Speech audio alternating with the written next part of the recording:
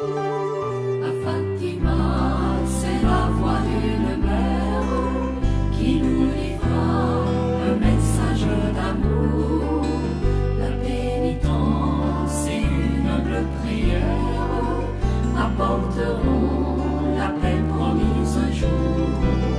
Par le rosaire, la croix et l'évangile, l'humanité vers Dieu se tournera, en consacrant nos pays, nos familles. L'Immaculée un jour triomphera.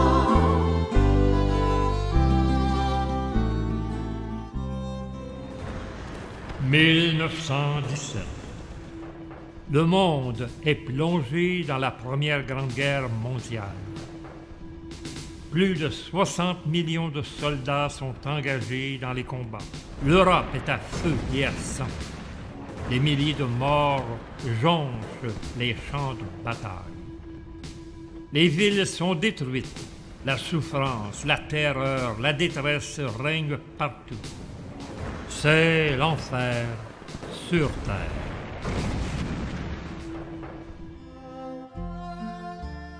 Pendant ce temps, dans un petit village isolé du Portugal, à la Cova da Iria, un événement pour le moins insolite se déroule sous les yeux de 3 petits bergers. Une dame, vêtue de blanc, plus resplendissante que le soleil, apparaît soudain au-dessus d'un chêne vert, chapelet à la main. Les petits bergers demeurent interloqués, plongés dans la lumière qui enveloppe la céleste apparition. À partir de cet instant, les 3 petits-enfants ne seront plus jamais les mêmes. Leur vie venait de basculer, et avec elle, le visage du monde entier.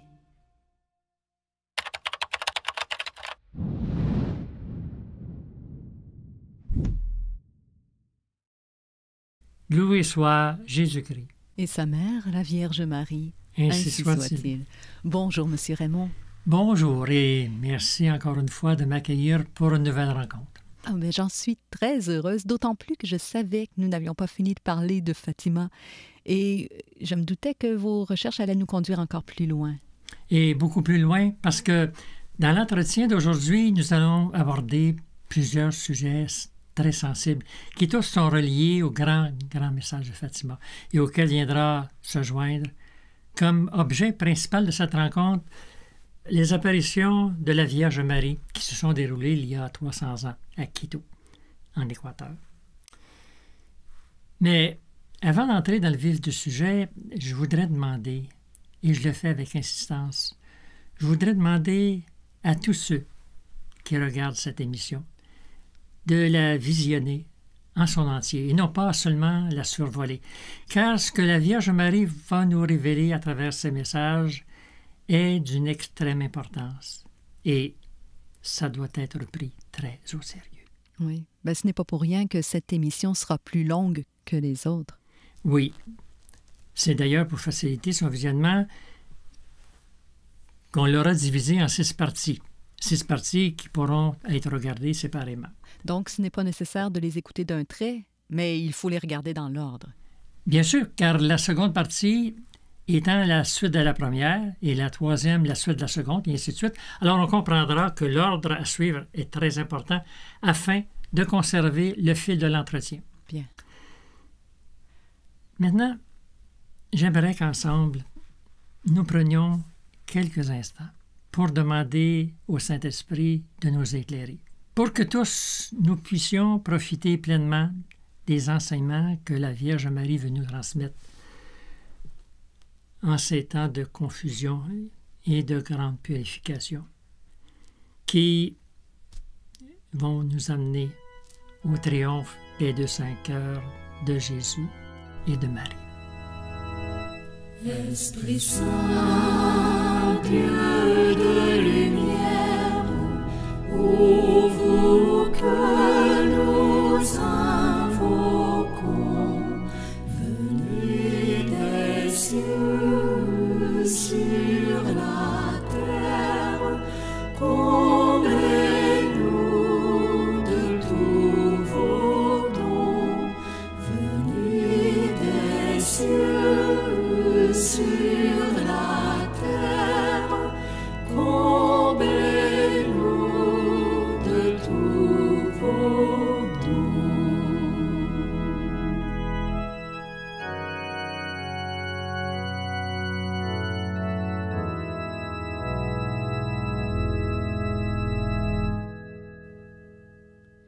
Si je me réfère à votre introduction, je crois comprendre que vous allez nous faire tourner plusieurs pages du calendrier puisque nous devons remonter, au 17e siècle. Et vous verrez que cela en vaut la peine. Car le contenu des messages que la Vierge Marie va nous partager par sa messagère, sœur Mariana de Jésus Torres, est d'une très, très grande actualité. Et si Dieu permet que certains éléments de l'avenir nous soient dévoilés, vous savez que c'est d'ailleurs le rôle des prophéties, c'est parce qu'il veut nous accorder la force d'affronter avec foi et sérénité les événements annoncés quand ils se présenteront, puisque nous serons mieux préparés. Oui, et en même temps, ça prouve que tout est entre les mains de Dieu. Donc, il faut garder confiance et se rappeler que la peur ne vient pas de Dieu, mais du malin. Oui, vous avez totalement raison. Comme il faut comprendre que malgré les apparences qui pourraient nous sembler contraires, ce qui se pointe actuellement à l'horizon sera un très grand bienfait pour toute l'humanité. Car il ne faut jamais oublier une chose, Dieu se sert souvent de la maladie, de la souffrance, des épidémies et même des catastrophes pour ramener à lui les âmes rebelles, les ramener dans le droit chemin. D'autant plus que présentement, vous devez le voir, nous traversons une époque cruciale pour toute l'humanité. Une période au cours de laquelle nous verrons de graves événements se bousculer. Des événements qui auront de très sérieuses répercussions sur toute la planète. Autant dans le domaine politique, scientifique, économique, social, mais surtout religieux. Ah oui. Et tout à l'heure, vous sembliez établir un lien entre Fatima et Quito. Mais quel est-il au juste, ce lien? Bien, il y a plusieurs liens, évidemment. Le plus frappant est très certainement le contenu des messages, comme nous allons le voir tout au long de cet entretien.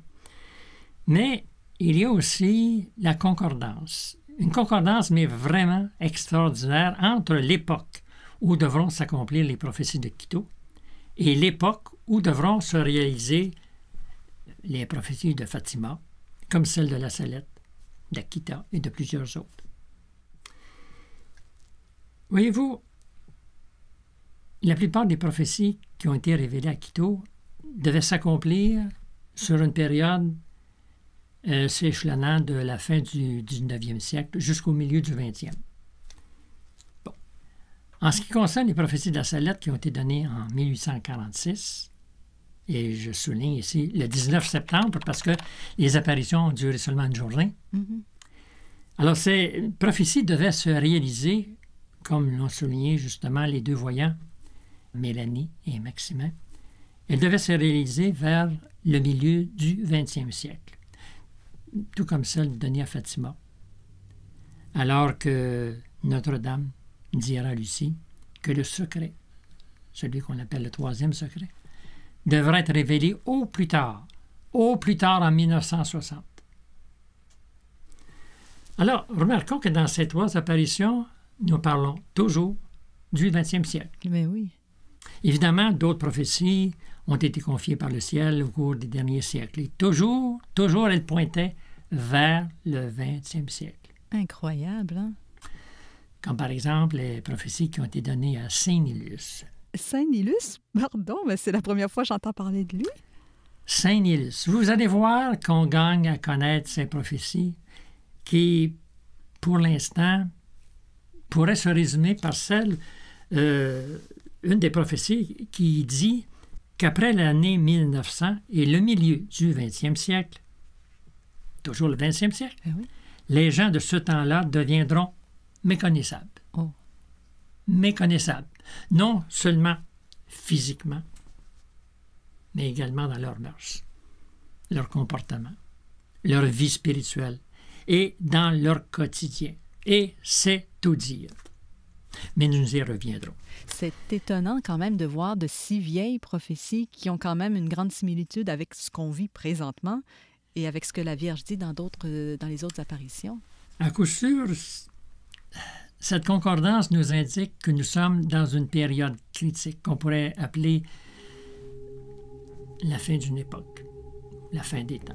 Une concordance à laquelle je me permets d'ajouter ce que disait il y a quelque temps le cardinal Raymond Burke lors d'une entrevue concernant justement cette période dans laquelle nous sommes entrés. Il disait, face à tous les maux dans le sens de mal, face à tous les maux qui s'introduisent dans la vie de l'Église, et nous pourrions évidemment rajouter dans toute la société, il disait que nous étions dans ces temps annoncés, c'est-à-dire dans la fin des temps, mais sans donner plus de précision. Cependant, il ajoutera « Seul Dieu le Père connaît la date. » Donc, pas question de donner de date. Surtout pas. Il faut se méfier de ceux qui donnent des dates. Ce n'est jamais bon signe. Mais vous conviendrez comme moi qu'il n'est pas nécessaire d'avoir de date pour savoir que de graves événements sont à nos portes et qu'on doit se préparer. D'ailleurs, Padre Pio lui-même allait dans le même sens. Il faut se rappeler qu'en 1960, donc l'année où devait être révélé le troisième secret de Fatima, il confiait à Don Gabriel Amorth. Gabriel Amorth, c'est un célèbre exorciste qui était très connu à l'époque et qui a encore ses lettres de noblesse encore aujourd'hui dans notre monde. Il disait que dans très peu de temps, Satan arriverait à établir une fausse Église. Une fausse Église. Cette fausse Église qui d'ailleurs a été annoncée pour la fin des temps par plusieurs prophètes.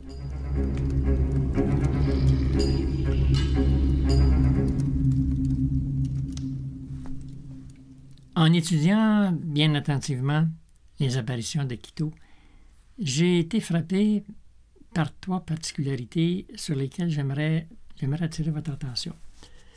Tout d'abord, ces apparitions traitent d'un grand nombre de prophéties, environ 40. 40? Mais c'est énorme! Ça nous paraît énorme, mais je pense que ça montre que Dieu avait beaucoup de choses à nous dire. Oui, en effet. Et la seconde particularité réside dans le fait que la plupart de toutes ces prophéties concernent clairement notre époque. Et la troisième, c'est que ces prophéties sont en train de se réaliser en ce moment même sous nos yeux. Et nous ne semblons même pas en avoir conscience. Mais vous dites que ces prophéties concernent notre époque et d'un autre côté, ces messages visent le 19e et 20e siècle. Ça fait donc référence au siècle dernier. C'est vrai que nous sommes au 21e siècle, mais est-ce qu'on doit en conclure que tout ce qui a été prédit pour cette période est derrière nous, comme certains essaient de nous le faire croire? Bien oui. Au contraire. Non. Quand on lit très attentivement les prophéties, que ce soit celles de Quito, de la Salette, de Fatima, ou celles qui ont été reçues par Saint Nilus, il faut comprendre que cela concerne non seulement les 19e et 20e siècles, mais également le nôtre, le 21e siècle. Ah oui? Parce que ce que nous vivons présentement à la grandeur de la planète est les résultats directs de décisions qui ont été prises ou d'actions qui ont été posées par toute l'humanité. Toute l'humanité, particulièrement durant les 2 derniers siècles. Donc, ce que vous nous dites, c'est que quand les apparitions parlent de ce qui se passera au 19e et 20e siècle, elles pointent d'une certaine façon le début de la dégringolade. Exactement. Oh! Exactement. Par comparaison, on pourrait dire qu'on est en train de récolter ce qui a été semé durant les derniers siècles. En fait, ce sont les mauvaises graines semées à ces époques qui ont poussé et qui sont devenues les plantes monstrueuses qu'on voit maintenant. Ces plantes qui ont étendu leurs racines non seulement dans la société, mais jusque dans l'Église, à travers les erreurs, les hérésies, et qui ont pris différents noms, le sédévacantisme, le modernisme, le millénarisme, et tant d'autres qui sont apparus tout au long des siècles, mais surtout à la fin du 19e et au cours du 20e siècle. Et qui, malheureusement, sont toujours soutenus, encore aujourd'hui, par un grand nombre de prêtres, d'évêques et de laïcs. Oui. Et je ne comprends pas pourquoi tant de gens adhèrent à ces erreurs. Remarquez que les initiateurs de ces mouvements se sont présentés aux différentes époques de l'histoire comme de grands défenseurs de l'Église. Une Église qu'il fallait rénover, moderniser, dépoussiérer. Oui, ou même abandonner dans certains cas. Ou même abandonner, souvent pour en fonder une autre. On a vu de grands penseurs enseigner, par exemple, que l'Église catholique n'a plus de vrai pape depuis la mort de Pie XII en 1958, juste avant le Concile Vatican II. Ce qui veut dire en clair que pour ces grands penseurs, tous les papes qui se sont succédés sous le siège de Pierre depuis cette époque seraient des usurpateurs, des faussaires. Le siège de Rome serait donc vacant, d'où le nom de sédévacantisme. Mais c'est trompeur parce qu'ils se disent catholiques. Oui, mais dans les faits, ils sont vraiment hérétiques. Et ils ne se gênent pas pour faire circuler leurs erreurs sur le web, l'Internet. Oh oui, et de façon très agressive. Et remarquez une chose. Pendant que les sédévacantistes accusent Rome de bafouer la tradition de l'Église, parce que c'est vraiment leur cheval de bataille, à l'opposé, remarquez bien, à l'opposé, les modernistes accusent cette même Église d'être trop conservatrice. C'est vrai, les tirs viennent de tous les côtés. Et malheureusement, c'est de cette façon que l'Église du Christ se fait massacrer.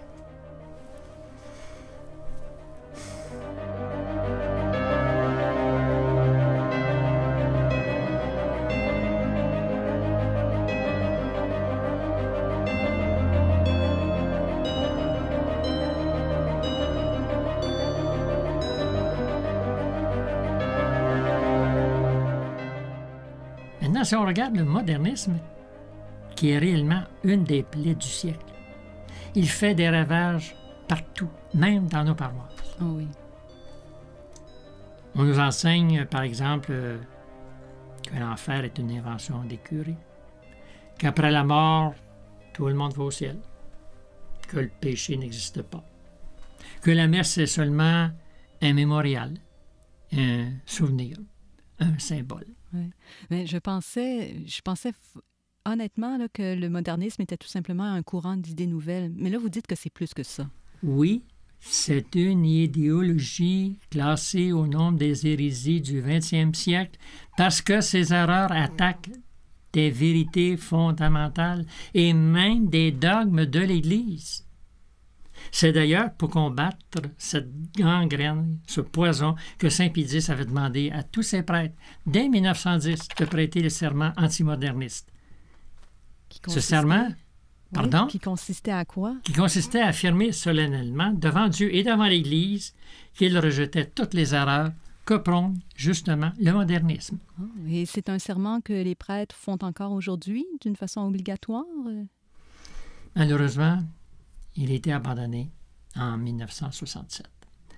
Et ce n'est pas pour rien que la Vierge Marie est apparue à Akita en 1973 pour nous prévenir que nous courons le risque de l'arrivée prochaine d'un terrible schisme au sein de l'Église catholique.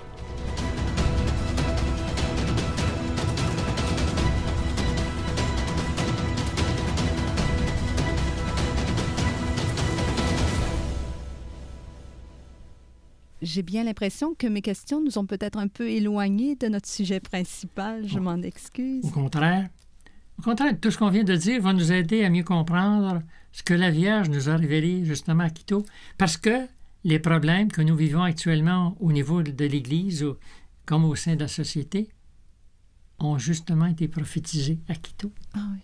Vous savez, malheureusement, on a mis Dieu à la porte de nos institutions, de nos gouvernements, de nos écoles. de nos sociétés, de nos familles et même de nos vies. Alors que Dieu est la seule réponse à nos angoisses qui se font, on le voit, de plus en plus présentes et qui se traduisent trop souvent dans notre société malade, pour ne pas dire agonisante, par un nombre effarant de suicides, de dépressions, qui se multiplient autant chez les personnes âgées que chez les jeunes, et même les très jeunes. En particulier de ces temps-ci. Surtout à cette période dramatique que nous traversons. Dieu veut répondre à nos inquiétudes qui vont en s'intensifiant partout dans le monde, mais on préfère lui tourner le dos. Pourtant, ces angoisses, on peut les voir, les sentir dans le quotidien, presque les toucher. Et pour s'en faire une idée, il suffit de regarder au niveau mondial. Actuellement, le nombre record de révolutions armées et de génocides qui se préparent ou qui sont en cours dans certains pays. On pourrait même décoder certains signes qui nous indiquent que nous sommes devant le danger d'une guerre bactériologique ou même nucléaire. Ou pire encore. Tout est à craindre. Et puis, il ne faut pas oublier le danger réel des nouvelles technologies, comme l'intelligence artificielle qu'on nous présente faussement comme un bienfait pour l'humanité. Le danger sournois des drones capables de nous espionner. Les caméras cachées. Oui, des caméras qui sont miniaturisées, voilà, je l'ai, à l'excès. Pour être mieux dissimulées et pour mieux nous surveiller. Oui. Et c'est sans parler de la 5G qui est déjà opérationnelle, comme le sera bientôt la 6G. Et c'est sans parler de la robotique qui s'impose à notre quotidien. Vous savez comment? Par la mise en service de robots qui ont déjà commencé à remplacer les humains. C'est quand même incroyable. On est rendu très loin. Très loin. Et c'est sans parler de la domotique, ce qu'on appelle la maison intelligente. Ah oui. Expliquez-nous un peu ce que c'est, parce que c'est un type de maison encore marginal. Expliquer ce qu'est la domotique... c'est pas facile. On sait une chose dans tous les cas, c'est que ça devient de plus en plus populaire. Par contre, pour se faire une petite idée, imaginons que notre maison est complètement informatisée. Alors, les portes se verrouillent d'elles-mêmes quand vous partez. Donc, plus besoin de clés. Si vous prenez la dernière pinte de lait, par exemple, dans le réfrigérateur, le système va vous en avertir. Oh, c'est fort, hein? D'autre part, si, par malchance, vous faites une chute, le système va le détecter. Et une alerte sera envoyée à une personne qui aura été désignée pour vous porter secours. Parce qu'il y a des caméras qui vous filment. Un peu partout dans la maison, il y a des caméras et des senseurs intelligents qui analysent vos comportements pour adapter la réaction des différents appareils de la maison en fonction de vos habitudes. Imaginez, et toutes ces informations passent par Internet. Obligatoirement, ce qui permet de voir en temps réel ce qui se passe chez vous en votre absence, via, évidemment, votre téléphone intelligent. Mais c'est intrusif comme système. C'est pas possible. Mais il y en a qui sont friands de ça. Pas possible. Et pourtant, comme je le disais, on s'expose à de grands dangers. De grands dangers. Écoutez, on n'a pas besoin d'un dessin pour comprendre que si, moi, je peux voir et contrôler ma maison à distance, d'autres peuvent le faire aussi. Ah, ça tombe sur le sens. Et à tous ces dangers réels qu'on vient de souligner, qui pour l'instant peuvent nous sembler anodins, et pour plusieurs un grand bienfait, il faut ajouter les catastrophes annoncées par plusieurs prophètes pour notre époque et qu'on ne voit pas venir. Les tremblements de terre, les inondations, les sécheresses, les pandémies, les éruptions volcaniques.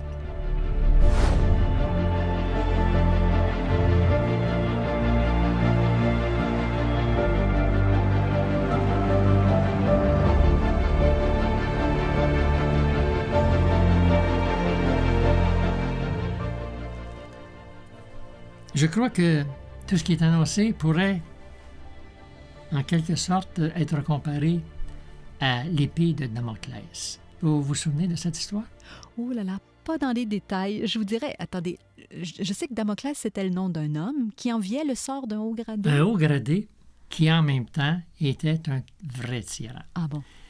Et pour que Damoclès comprenne combien la vie d'un dictateur est fragile et même dangereuse et qu'il avait bien tort de l'envier, alors ce haut gradé avait profité d'un grand banquet pour faire asseoir Damoclès à la place d'honneur. Il avait fait suspendre, juste au-dessus de sa tête, une épée très lourde, en acier, qui était retenue au plafond par un simple crin de cheval. L'épée, on le comprend, pouvait donc tomber sur Damoclès à tout moment, car ça dépendait évidemment de la résistance du crin de cheval. Alors, c'est cette histoire qui me vient à l'esprit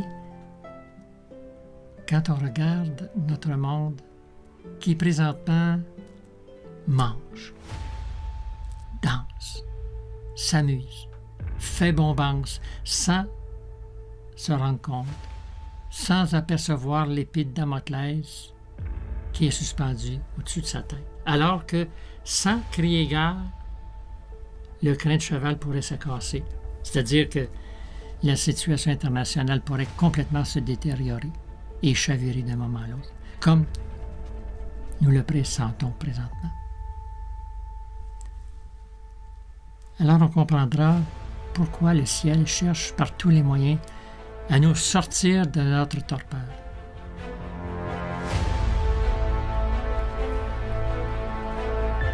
Depuis des siècles, Dieu nous parle par ses envoyés, surtout par la Vierge Marie, celle qu'on appelle la reine des prophètes. Et dans la cadence des apparitions au fil des années, surtout dans le dernier siècle, a été toujours en s'intensifiant, parce qu'il y a urgence.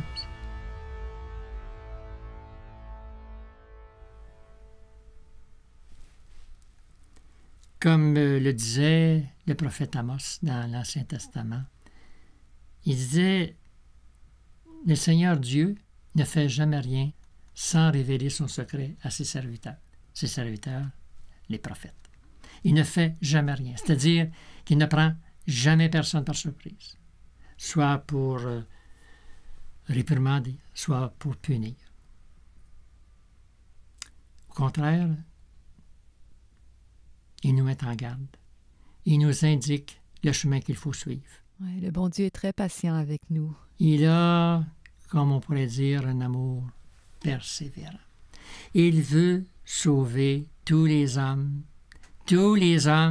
même ceux qui lui crachent au visage, même ceux qui se sont donnés à Satan. C'est pour nous tous d'ailleurs qu'il a envoyé sa mère au chevet de notre humanité malade il y a 300 ans, à Quito. Alors c'est donc vers cette période de l'histoire qu'ensemble, nous allons maintenant nous diriger afin de bien comprendre ce que le ciel a voulu nous dire à travers les nombreuses révélations communiquées par la Vierge Marie à cette humble religieuse, Sœur Mariana de Jésus-Thorez. Des révélations qui, le moment venu, devaient être transmises au monde entier. Il faut comprendre que ce moment venu est arrivé. C'est maintenant. C'est pour notre temps. Maintenant, êtes-vous en mesure de nous dire s'il y a une certitude que les messages de Quito viennent vraiment du ciel, puisque ça remonte quand même à plus de 300 ans? Et vous vous dites peut-être que les gens auraient pu trafiquer les messages pour les adapter à notre époque? Honnêtement, c'est une possibilité qui m'a traversé l'esprit. Et comme il y a de fortes chances que d'autres personnes aient envisagé cette même hypothèse, bien, il fallait donc aller aux sources. C'est pourquoi il est important de considérer toutes les avenues afin de faire un bon discernement. Et honnêtement, je peux vous assurer, d'entrée de jeu, qu'il ne fait aucun doute, avec toutes les informations recueillies, que ces messages viennent véritablement du ciel. Et sur quoi vous basez-vous pour ça?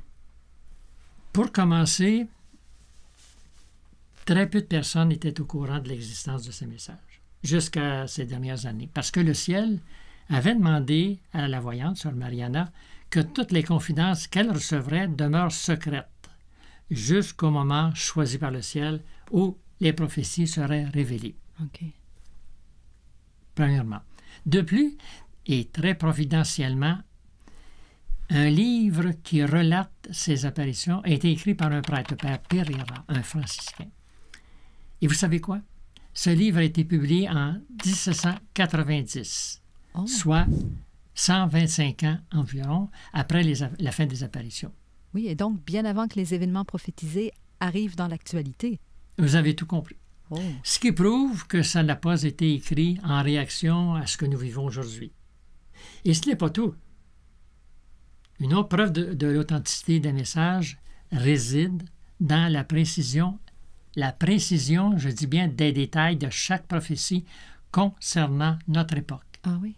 Des détails qui sont tellement clairs qu'on peut dire, sans crainte de se tromper, que c'est un copier-coller avec ce que nous vivons aujourd'hui. Ah oui, à ce point-là.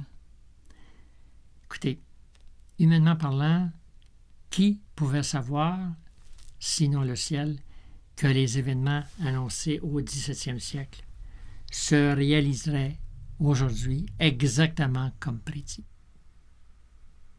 Même le père Pereira, qui a écrit le livre sur ces apparitions, n'aurait jamais pu inventer quelque chose d'aussi précis. Oui, c'est vrai. Maintenant, un autre point à souligner, c'est le fait que ces mêmes prophéties, écoutez bien, ces mêmes prophéties vont se retrouver plusieurs siècles plus tard dans l'une ou l'autre des grandes apparitions de notre époque. La Guadeloupe, Paris-le-Monial, la Salette, Kébéo, Akita, Fatima, Medjugorje et plusieurs autres. Et encore une fois, avant même que les apparitions de Quito ne soient connues du grand public.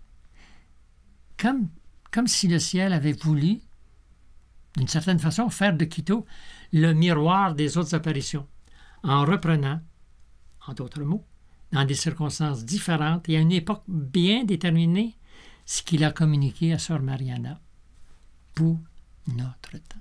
Ce n'est pas rien. Oh, j'oubliais, et parce qu'il y a un autre signe, et non le moindre, qui indique que ces révélations sont vraiment du ciel, c'est le sceau d'approbation que l'Église a mis sur la dévotion de Notre-Dame du Bon-Succès, qui est le vocable sous lequel la Vierge Marie s'est fait connaître à Quito. Donc, ce sont des apparitions qui ont été approuvées par l'Église. Elles ont été approuvées dès 1611. Dès 1611. Et on sait que l'Église ne se prononce jamais à la légère dans ce domaine. Non, c'est vrai. Alors, on aura donc compris qu'il est nécessaire de bien saisir que ce qui va suivre ne doit pas être regardé comme quelque chose de banal, mais comme quelque chose, ou comme quelque chose qui ne ferait qu'assouvir notre curiosité. Au contraire, il est important de recevoir ces prophéties comme un grand signe de la miséricorde divine, car très bientôt, après ce temps de miséricorde qui s'achève, tous les prophètes entreront dans un grand silence. Puisque, comme cela a été prédit, le ciel va se taire et c'est alors qu'arrivera le temps de la justice. Et personne ne pourra y échapper. Et on regrettera d'avoir mal employé ce temps de la miséricorde. Et la faute n'en reviendra qu'à nous. À propos, j'aimerais vous partager un texte très riche sur la divine miséricorde. Il est du père Dolindo Ruotolo, un franciscain de la région de Naples. Il est décédé en 1970. Ce bon prêtre s'était offert comme âme victime en réparation de tous les péchés de l'humanité. Et vous savez que sa demande a certainement été entendue parce qu'il était complètement paralysé pendant les 10 dernières années de sa vie. Oh. Et on dit que, par humilité, il aimait à se faire appeler le petit vieillard de la Madone. Oh, c'est un nom sympathique. Oui, et il me semble que c'est un nom que j'aimerais bien porter. Mais vous savez que le petit vieillard de la Madone, était contemporain, un grand ami de Padre Pio. Ah oui. Et que même avec sa vie cachée, on dit qu'il est considéré aujourd'hui comme un des grands prophètes du siècle dernier. D'ailleurs, son procès de béatification est présentement en cours. Alors, en 1921, donc il y a 100 ans, le père Dolindo reçoit de la Vierge Marie une prophétie. Parce qu'il y en a reçu plusieurs. Mais celle-là, elle est réellement elle est assez particulière. Elle lui explique, la Vierge, au Père, ce que signifie dans le langage de Dieu le mot miséricorde. Alors, c'est un enseignement merveilleux donné pour tous les temps et surtout pour le nôtre. Alors, écoutons bien attentivement, ce que la Vierge Marie confie au Père Dolindo. Mes enfants, que signifie pour vous la miséricorde? Cela ne veut pas dire simplement pardonner. La miséricorde est aussi un remède, un médicament, une opération chirurgicale. Et la première forme de miséricorde dont ce pauvre monde a besoin, et l'Église en premier lieu, consiste en une purification.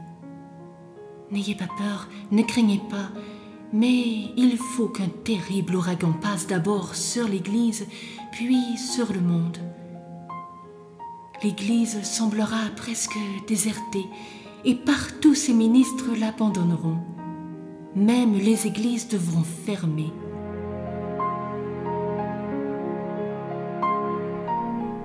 Vous avez bien entendu, même les églises devront fermer. Imaginez. Je suis certain que vous pensez la même chose que moi. Oui, sans doute. Qui n'a pas vu de ces enseignes trônant sur la devanture d'une église annonçant la nouvelle vocation de l'édifice qui autrefois était consacré à la prière et qui maintenant sert de salle de spectacle, de condo, de gymnase pour acrobates, de restaurant, de bureau d'affaires, de galerie d'art, de salle de bazar, je ne sais quoi encore. Oui, n'importe quoi sauf la prière. Et puis quand il est question de fermeture d'église, ça nous fait penser également au sort qu'on a fait subir ces derniers mois à nos lieux de culte, Oh, oui. qui réussissent à demeurer debout, mais encore pour combien de temps? Et en se soumettant à combien de règles? Imaginez pour la première fois dans toute l'histoire de l'Église, qui veut dire 2000 ans, toutes nos églises de par le monde ont vu leurs portes se fermer pendant la supposée pandémie, comme pour dire à Dieu, on n'a pas besoin de toi. On est capable de régler nos problèmes tout seul. Ça va bien aller, mais sans toi. Ça va bien aller. Ça va bien aller. Alors écoutons ce que la Vierge Marie dit au Père Dolindo. Jésus a voulu régner en répandant son amour, et si souvent ils l'ont empêché. Par conséquent, il dispersera tout ce qui ne lui appartient pas et frappera ses ministres afin que, privé de tout soutien humain, il puisse vivre en lui seul et pour lui. Voilà ce qu'est la vraie miséricorde, et je n'empêcherai pas ce qui semblera être un terrible revers, mais qui en réalité sera un grand bien, car je suis la mère de la miséricorde.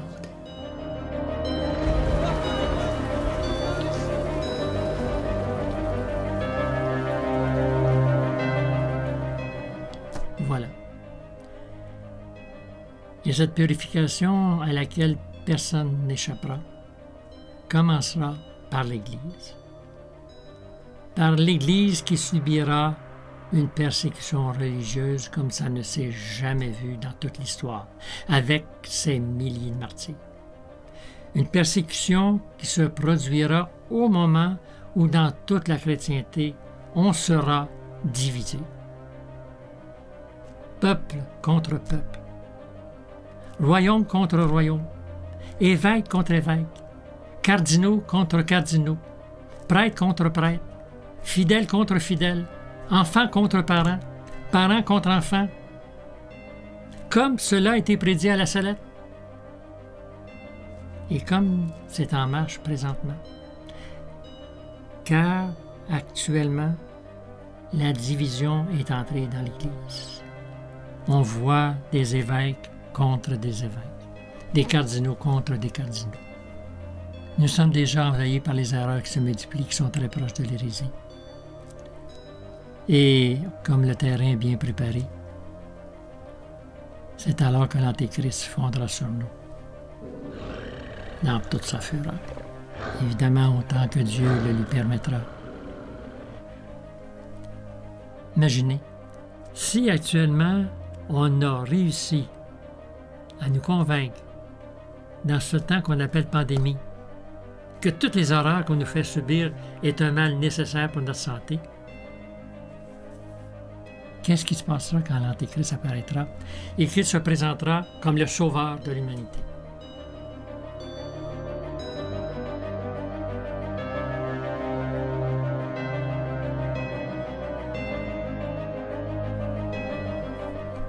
Bien sûr, l'enfer ne gagnera jamais la guerre, car il faut savoir une chose, au moment où pour l'humanité tout semblera perdu, le péché, l'iniquité se brisera.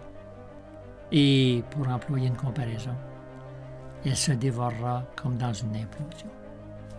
Et alors, le Christ établira son règne sur les ruines de Babylone, celle qu'on appelle la grande prostituée, c'est-à-dire la terre de péché, qui aurait été purifiée par le feu.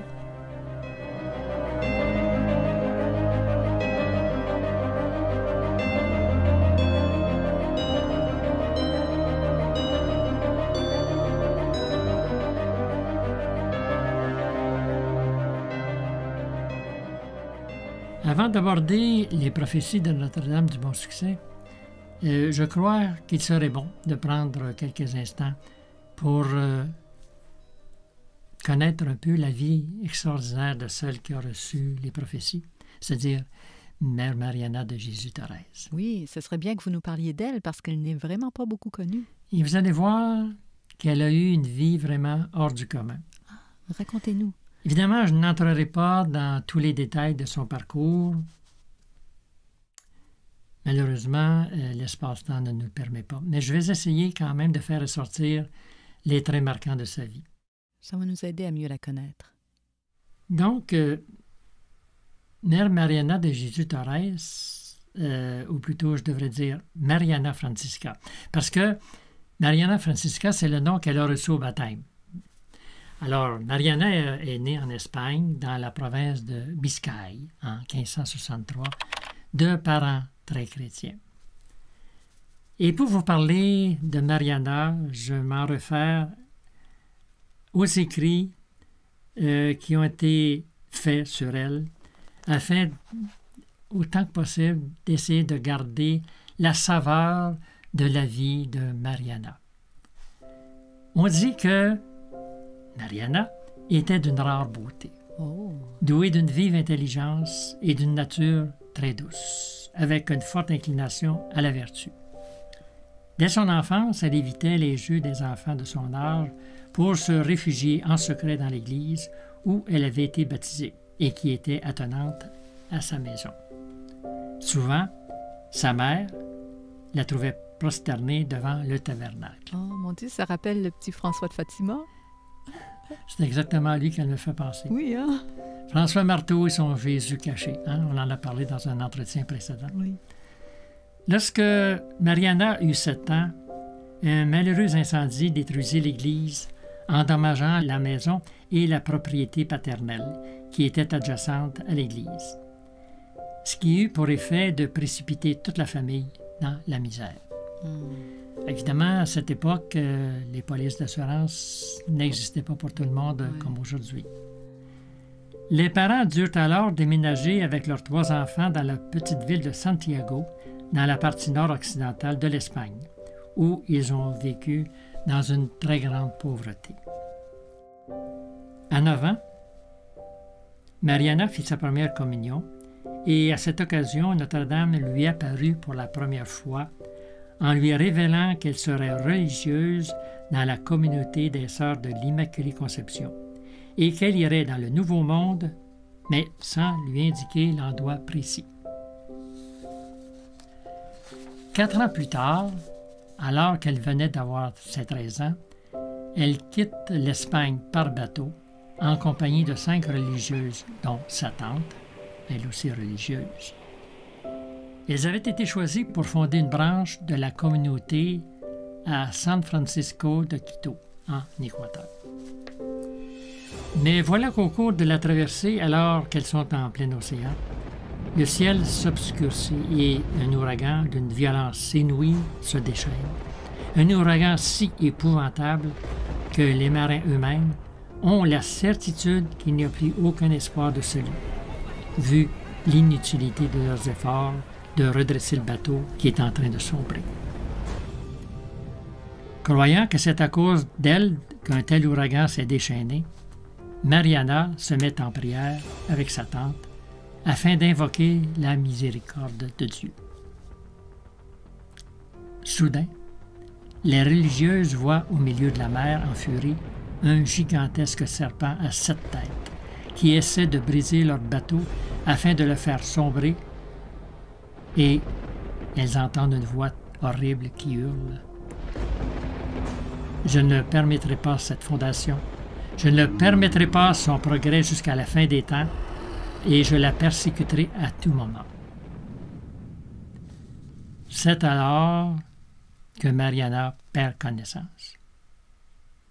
Et soudain, la lumière du jour fait une percée dans cette épouvantable obscurité et l'ouragan se calme.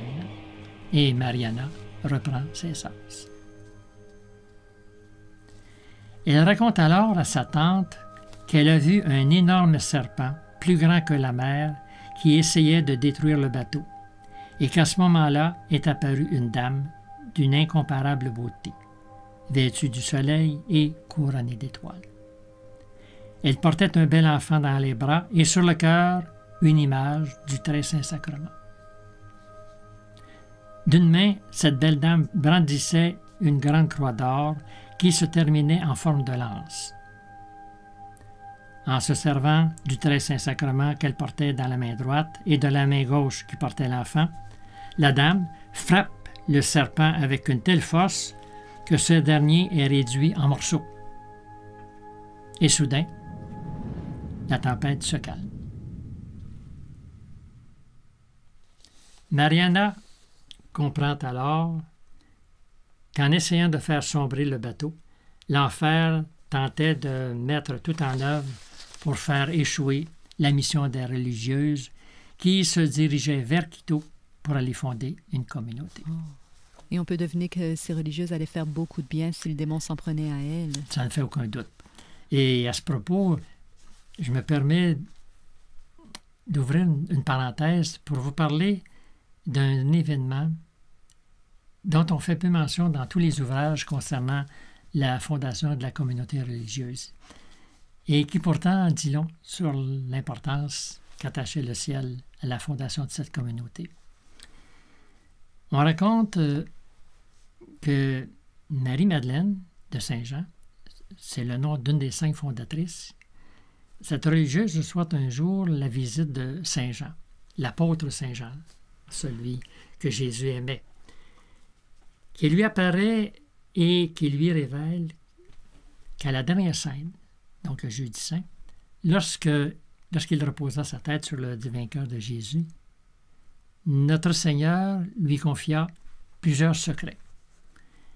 Et l'un d'eux concernait la fondation du couvent de l'Immaculée Conception de Quito. Ah oui. Qui devait servir d'exutoire, c'est-à-dire qui devait servir de moyen pour apaiser la colère divine par la prière et la réparation. Spécialement pour les profanations commises contre la Sainte Eucharistie. Oh, alors on comprend pourquoi cette communauté était absolument nécessaire. Et c'est ce qui explique la haine de Satan envers cette œuvre.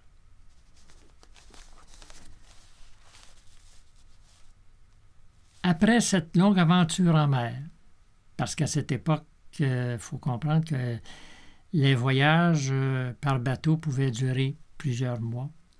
Donc, après ce voyage en mer, les religieuses arrivent enfin à destination.